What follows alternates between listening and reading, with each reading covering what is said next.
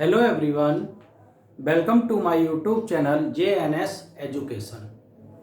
Education is the way of living life. शिक्षा जीवन जीने का तरीका है।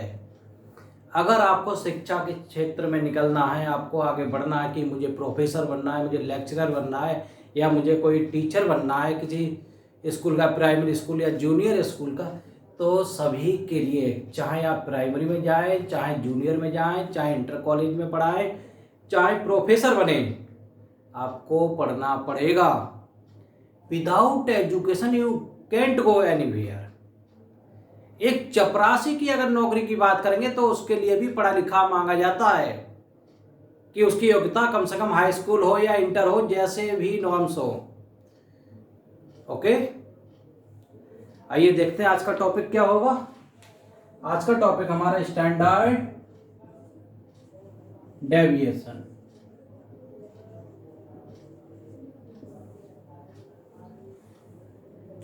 लास्ट लेक्चर्स में मैंने आपको पढ़ाया था कि स्टैंडर्ड डेविएशन में डिस्क्रीट सीरीज, कौन सी सीरीज? डिस्क्रीट सीरीज में डायरेक्ट मेथड का यूज करके किस तरीके से आपने स्टैंडर्ड डेविएशन फाइंड किया। इट्स मींस मानक विचलन और फिर माप विचलन आपने यहाँ पर फाइंड किया किस तरीके से।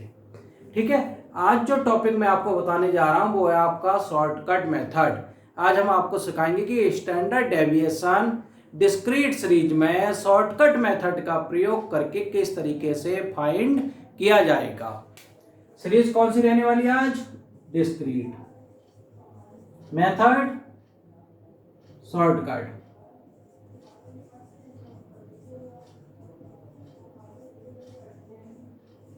ठीक, अब देखो इसमें शॉर्टकट मेथड में स्टैंडर्ड डेविएशन निकालने का फॉर्मूला क्या रहेगा।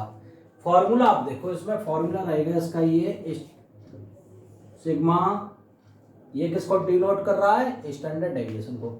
Sigma F into D x square upon n minus sigma F into D x upon n का होल स्क्वायर, ये फॉर्मूला हो गया। ठीक, एक बात ध्यान से समझो, ये क्वेश्चन इस फॉर्मूले से निकल जाएगा। इसके अलावा 2 अदर फॉर्मूलाज हैं जिससे आप क्वेश्चन को इजीली सॉल्व कर सकते हैं। आपको ज़्यादा कैलकुलेशन करने की ज़रूरत नहीं पड़ेगी। तो दूसरा फॉर्मूला क्या हो जाएगा? ये तो आपका पहला फॉर्मूला मेन। दूसरा फॉर्मूला देखो, standard deviation sigma F into D x square minus, ठीक, एन एक्स बार माइनस ए इसका स्क्वायर और टोटल का एन से डिवाइड कर देंगे। ठीक है, अब इसके बाद एक फॉर्मूला और है। कौन सा फॉर्मूला हो?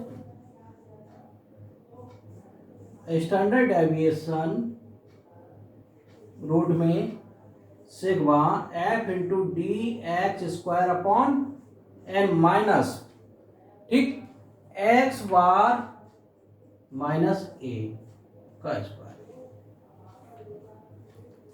ये 3 फॉर्मूला जाए, किसी भी फॉर्मूला से आप क्वेश्चन सॉल्व करेंगे, आंसर आपका एक ही आएगा। ओके स्टूडेंट, आइए आज हम देखते हैं ये पहले वाले फॉर्मूले में, इसके द्वारा आपको क्वेश्चन करना सिखाएंगे आज। तो सबसे पहले किसी भी क्वेश्चन को करने का आपको मैंने पहले ही बताया था कि उसको करने का हमें तरीका बताओ, how way of to complete the question की क्वेश्चन करने का क्या तरीका होना चाहिए, उसका प्रोसीजर पता होगा आपको, तो आप इजीली क्वेश्चन सॉल्व कर लेंगे। Okay, now see this. सबसे पहले इसका प्रोसीजर देखो, आपको करना क्या है इसमें।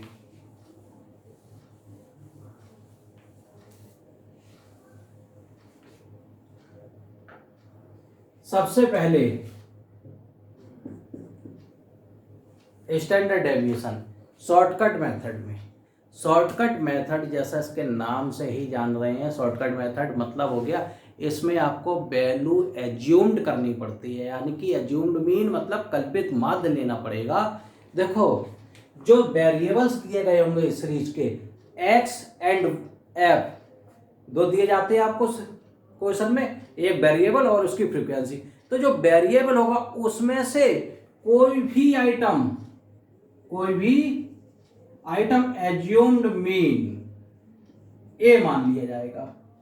ठीक है, कोई भी आइटम एज्यूम्ड मीन मान लिया जाएगा। जैसे आपकी संख्याएं दे रखी हैं, एक्स दे रखे हैं 2 3 4 5 6 7 8, ये दे रखे, तो कोई भी वैल्यू, चाहे आप इसको मानो, कोई भी एक वैल्यू इसमें से मान लो, उसी से हम डेविएशन लेंगे। ठीक, अब इसके बाद जब हम डेविएशन लेंगे तो दूसरी कंडीशन क्या बनेगी, दूसरा सेकंड स्टेप क्या निकालना है आपको, dx। मैंने आपको ऑलरेडी ये क्लियर किया था, जो हम x लिखते हैं डेविएशन के साथ, इसका मतलब होता है जो वेरिएबल लिए गए हमने वो x वेरिएबल से लिए हैं। अगर y वेरिएबल दिए जाएंगे, हमने वेरिएबल को y माना है तो y लिखा जाएगा। ठीक, तो यहाँ पे क्या हो जाएगा, x माइनस ए, इसको माइनस कर दिया जाएगा वेरिएबल से। ठीक, इसके बाद क्या करना है आपको, जो फ्रीक्वेंसी दी गई होगी, फ्रीक्वेंसी से इसकी मल्टीप्लाई कर देनी है f इंटू डी एक्स। ठीक है, नेक्स्ट प्रोसीजर में आपको क्या करना है, अभी तो हमें जो फॉर्मूला हमें उसमें चाहिए था एफ डी एक्स स्क्वायर था, तो अब देखो उसमें क्या करना है, जो डी एक्स निकल के आया था इसका वर्ग कर दो। ठीक है, इसका स्क्वायर हो गया, फिर इस डी एक्स स्क्वायर को क्या करना है, फिर से फ्रीक्वेंसी से मल्टीप्लाई कर देनी है, F into D x square आ जाएगा। जब हम ये सारे कंप्लीट हो जाएंगे, वर्क हो जाएंगे, उसके बाद सबसे लास्ट में क्या करना है, इसका सम करना है आपको सिग्मा एफ डी एक्स, और इसका सम करना है sigma F D x square, इसके सम करनी है। ठीक, फॉर्मूले में जब हम फॉर्मूला यूज करते हैं स्टैंडर्ड डेविएशन का, तो हम फॉर्मूला क्या लिखते हैं कि sigma F into D x square. अब किससे डिवाइड करेंगे, इसे एन से। एन क्या है, टोटल ऑफ फ्रीक्वेंसीज, एन क्या है, total of frequency, sigma F D x upon n, इसका होल रूट। ये हमारा फॉर्मूला बन गया, इस फॉर्मूले का यूज करेंगे क्वेश्चन सॉल्व करने के लिए। ठीक,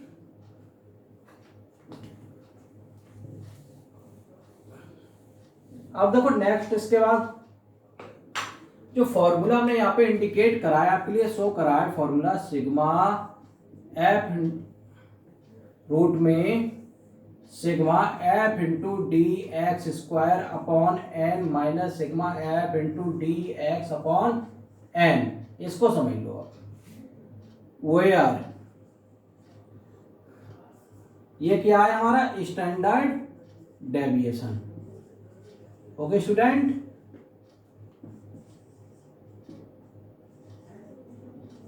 next sigma F into D x square क्या है, ये आपका total of product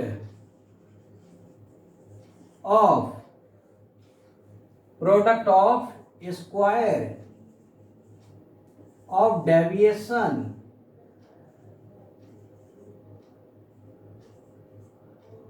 square of deviation. ठीक है, with their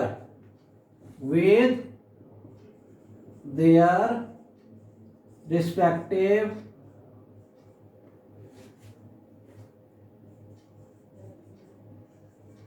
frequencies।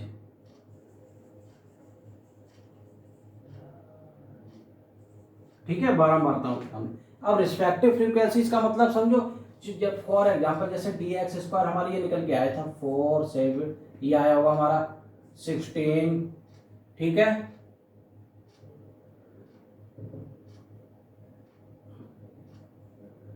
नाइन, इस तरीके से निकल के आया होगा। फ्रीक्वेंसी ये लिखी होगी 2 3 6, तो ये इसकी आपस में मल्टीप्लाई, रिस्पेक्टिव फ्रीक्वेंसी यानी कि आमने सामने एक दूसरे से multiply.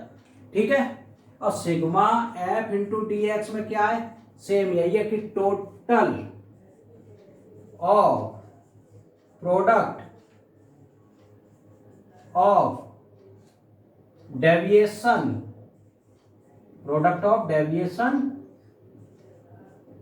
with their respective frequencies। okay, with their respective frequencies। अब इसके बाद एक मेन क्या रह गया आपका, रह गया एन। एन यहाँ पर होगा आपका टोटल ऑफ फ्रीक्वेंसीज। एन को हम क्या कहेंगे, एन को इंडिकेट करते हैं टोटल ऑफ फ्रीक्वेंसीज, बारंबारताओं का योग। ओके, आइए अब एक यहां पे क्वेश्चन देखते हैं, उसके थ्रू आप इजीली समझ जाएंगे इसके लिए क्वेश्चन को।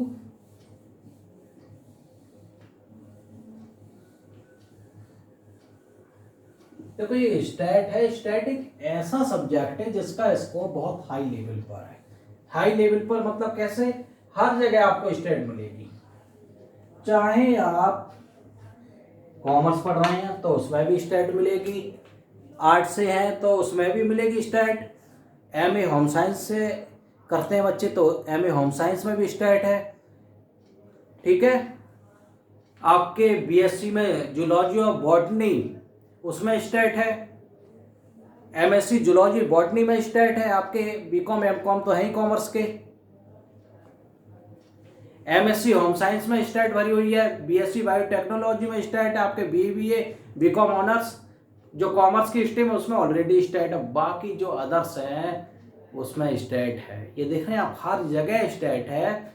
कोई भी जगह ऐसी नहीं बची कि यानी कि कोई सब्जेक्ट नहीं बचा, स्ट्रीम नहीं बची, चाहे आपकी आर्ट स्ट्रीम हो गई, चाहे कॉमर्स हो गई, चाहे साइंस स्ट्रीम हो गई, आपके कॉमर्स स्टैट का स्कोप हर जगह है। स्टैट की नीड हमें हर जगह पड़ेगी।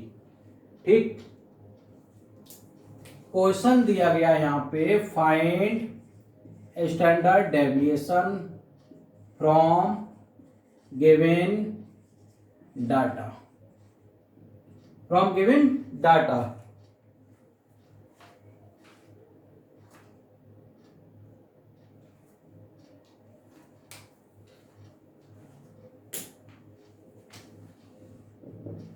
Size and frequencies.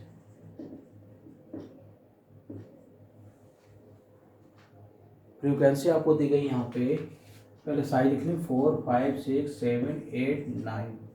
फ्रीक्वेंसी जब 5 13 16 19, 5 13 16 19 20 एंड 27। ओके, नेक्स्ट अब देखो इसके बाद टेबल बना लो उसको। साइज क्या हो गई आपकी एक्स, फ्रीक्वेंसी क्या हो गई एफ। ठीक, हमें क्या चाहिए होगा, deviation D X, X minus A ये चाहिए होगा। यहां पर हम लिखेंगे let assumed mean A equal, जिससे हम डेविएशन लेंगे। ठीक, फिर उसके बाद क्या करना है, एफ इंटू डी एक्स कर देना है आपको, डी एक्स स्क्वायर कर लेना है, फिर f into D x square की मल्टीप्लाई, ये वर्क है।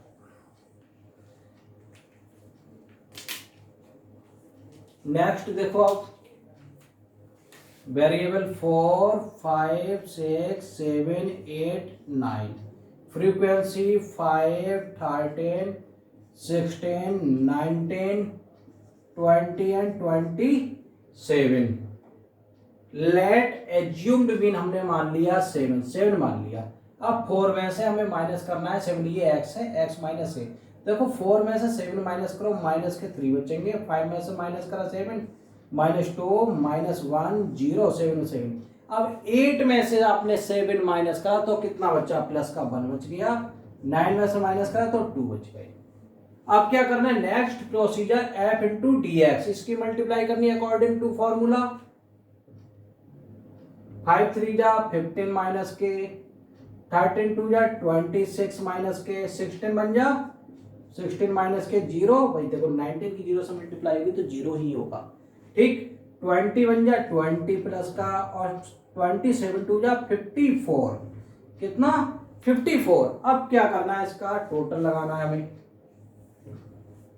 फ्रीक्वेंसी का टोटल आएगा आपका n इक्वल 100, कितना आएगा, n equal 100, sigma f into D x equal, sigma F into D x कितना आएगा। अब देखो एक बात ध्यान रखना, जो हमारे माइनस की वैल्यूज हैं और जो प्लस की वैल्यूज हैं उसको ऐसा करो ऐड कर लो एक एक जगह। प्लस के आ गए आपके 74 हो गए, ठीक। फिर ये देखो 15 6 26 और 16, 6 6 12 5 17, कितने कैरी 1 कैरी, 2 1 3 1 4 1 5, माइनस का ये माइनस का ये प्लस का है, तो कितने बच जाएंगे प्लस के 17, कितने बच गए 17 प्लस के। अब क्या करना है, according to formula d x square करना है। 3 3 जा 9, 2 2 जा 4। जब माइनस और माइनस की दो बार मल्टीप्लाई हो जाती है तो वैल्यू क्या हो जाती है प्लस, ठीक। जैसे यहाँ पर हुआ था -3 की मल्टीप्लाई प्लस हो गई, ठीक। 1 1 जा 1, 1 1 जा 1, 2 2 जा 4। अब आपको क्या करना है, नेक्स्ट प्रोसीजर, इसकी एफ और डी एक्स स्क्वायर की मल्टीप्लाई करनी है। पहले हमने किसकी करी, इसकी करी। अब हमें करनी है F into D x square करना है। 5 9 जा आपका कितना होता है, 5 9 जा होता है 45, ठीक। 13 4 जा कितना होता है, 13 4 जा होता है 52, 16 1 जा 16। फिर देखो 19 0 जा 0, 21 जा 20 एंड 27 4 जा होगा आपका 108। Sigma F into D x square, total करो इसका, आप टोटल कर लो इसका कितना होगा, 5 2 7 6 13 8, 21 कितने कैरी 2 कैरी होगा यहाँ पे, 2 2 4 1 5 5 10 और 4 14, कितने कैरी 1 1 1 2, ये 241 हो गया। अब यहाँ पे फॉर्मूला पुट करना है, ठीक है। अगर एक बात सुनो ध्यान से, अगर इस क्वेश्चन में आपसे कह देता आपको अरिथमेटिक मीन भी फाइंड करना है तो वो भी फाइंड हो जाता, कैसे, X bar equal sigma F D x upon, यहाँ पर पहले देखो ये वाला फॉर्मूला देखो, अगर मीन की बात कहता तो X bar equal A plus sigma F into D x upon N, ये फॉर्मूला लगा देते। ये सारी वैल्यू देखो, ए भी है हमारे पास, एफ डी एक्स भी है और एन भी है, मीन निकल जाता है यहाँ पर, ओके। अब मीन पूछा नहीं गया है तो मीन हमें निकालना नहीं है, हमें क्या निकालना है, standard deviation. Sigma F D x square upon n minus sigma F D x upon n का होल स्क्वायर और उसके ऊपर रूट, ठीक। अब देखो एफ डी एक्स कितना निकल के आया आपका, ये आपका यहाँ पे है sigma F D x square, ठीक है, फॉर्मूला में स्क्वायर है यहाँ पे।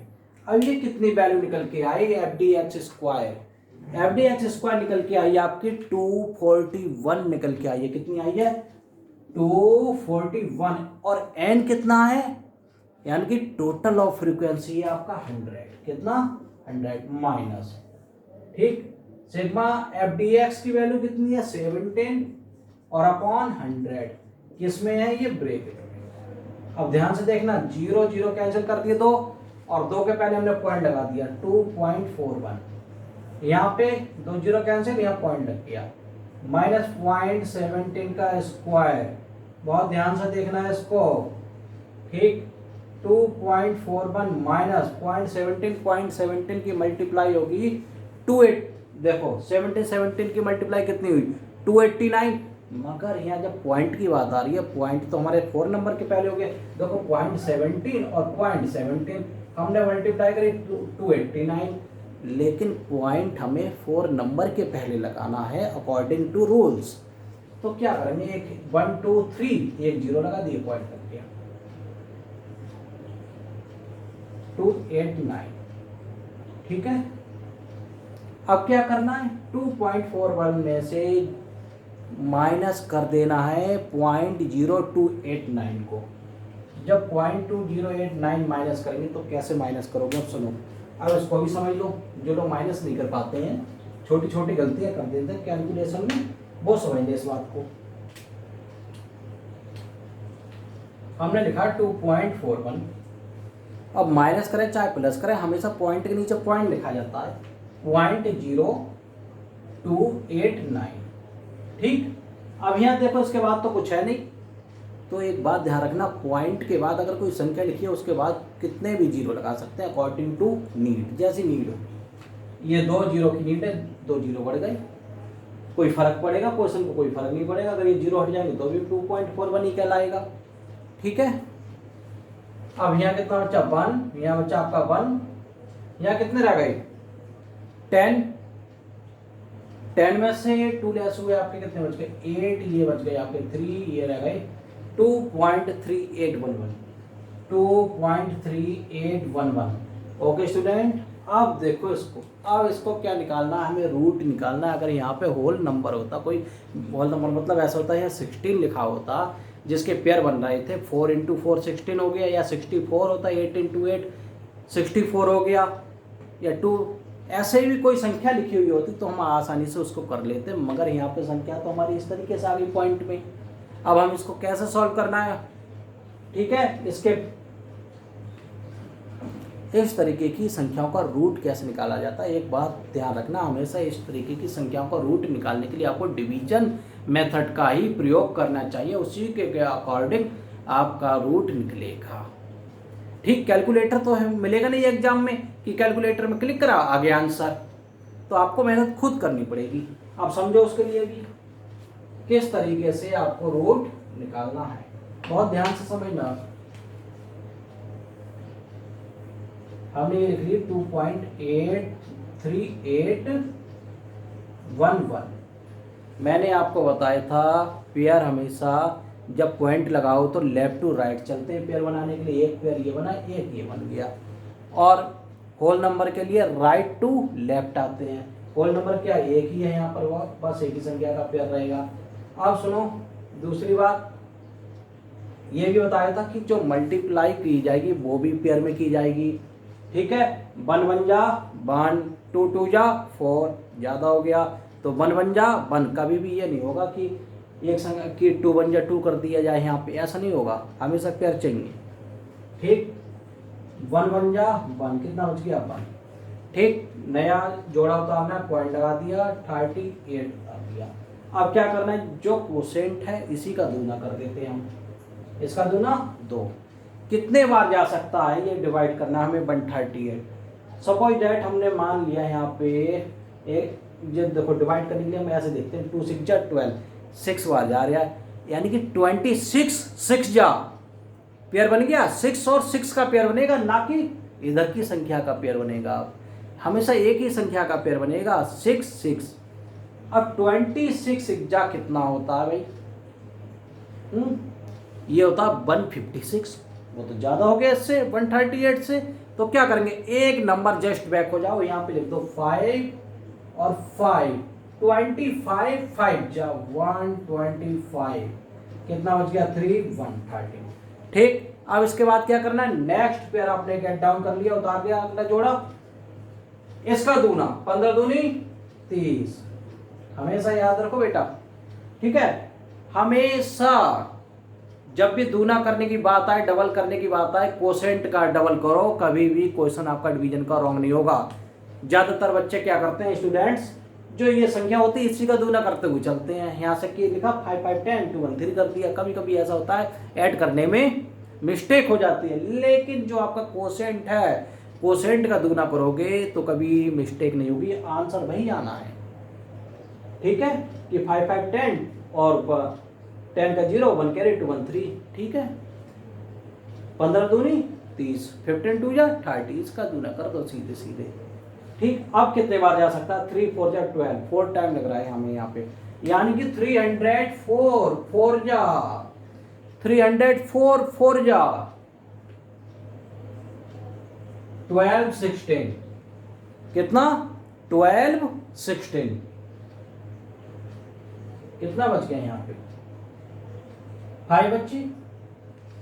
ठीक है, 10 यहाँ रहेगा, 10 में 1 लेस 1 9, अब कुछ नहीं होगा इसके आगे, standard deviation 1.54, this is answer. इस तरीके से आपको क्वेश्चन सॉल्व करना है स्टैंडर्ड डेविएशन का। अगर आपने अभी तक चैनल सब्सक्राइब नहीं किया है तो चैनल को सब्सक्राइब कर दें और नोटिफिकेशन बेल को क्लिक कर दें, जिससे आपको जो भी नई वीडियो लेक्चर्स आएंगे मिलते रहेंगे। ओके स्टूडेंट, अगर क्वेश्चन में कोई पॉइंट क्लियर नहीं हुआ हो तो मुझे कमेंट बॉक्स में लिख दें, मैं नेक्स्ट लेक्चर्स में आपके लिए क्लियर कर दूंगा उस पॉइंट के लिए।